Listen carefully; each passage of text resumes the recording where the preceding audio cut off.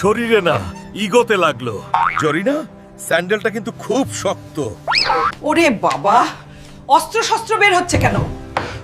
আমি কি থানোস? কথা দিয়ে সমাধান করি, চলো। পালানোই ফরজ। আজকের রাতটা গাছে কাটাতে হবে। বাঁচাও। থানোস আমার রক্ত নিতে পারে নাই, কিন্তু এই গ্রামের মশাগুলো ঠিকই রক্ত চুষে নিচ্ছে। নিচে নামলেই কপালে শনি আছে। তার চেয়ে সারা রাত এই কাঁঠালের সাথাই আলিঙ্গন করে থাকি। আরে ওটা কে? চোর মনে হচ্ছে।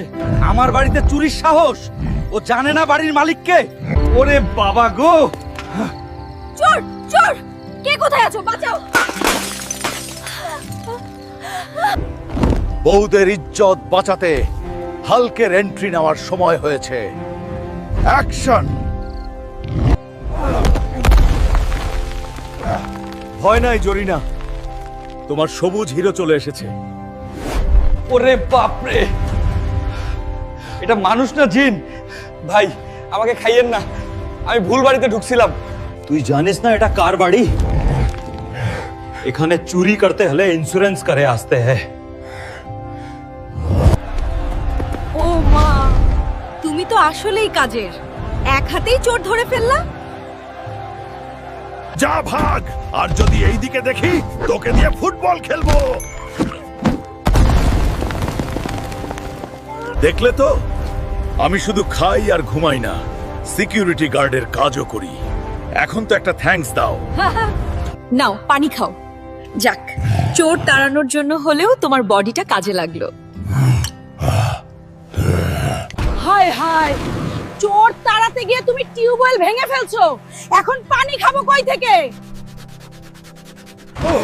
ও শিট, ল্যান্ডিংটা একটু বেশি হার্ড হয়ে গিয়েছিল। আসলে মাটির নিচে পাইপ ছিল, খেয়াল করি নাই। একটা ঠিক করো তো 10টা ভাঙো। কালকের মধ্যে এই কল যদি ঠিক না হয়, ভাত বন্ধ। আরে ঠিক করে দিব তো। এখন কি মিস্ত্রি পাবো রাতে?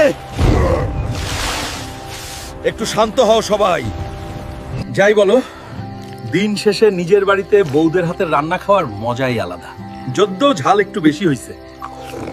বিছনায় তো জায়গা হয় না, তাই বারান্দাই আমার কিং সাইজ বেড। আকাশ দেখা যায়, বাতাস খাওয়া যায়। আবার সকাল হয়ে গেল, আবার বাজার, আবার ঝগড়া। ধুর, আমি আবার ঘুমাবো। সংসার সুখের হয় রমণীর গুণে, আর স্বামীর সহ্য করার গুণে। ভালো থাকবেন সবাই।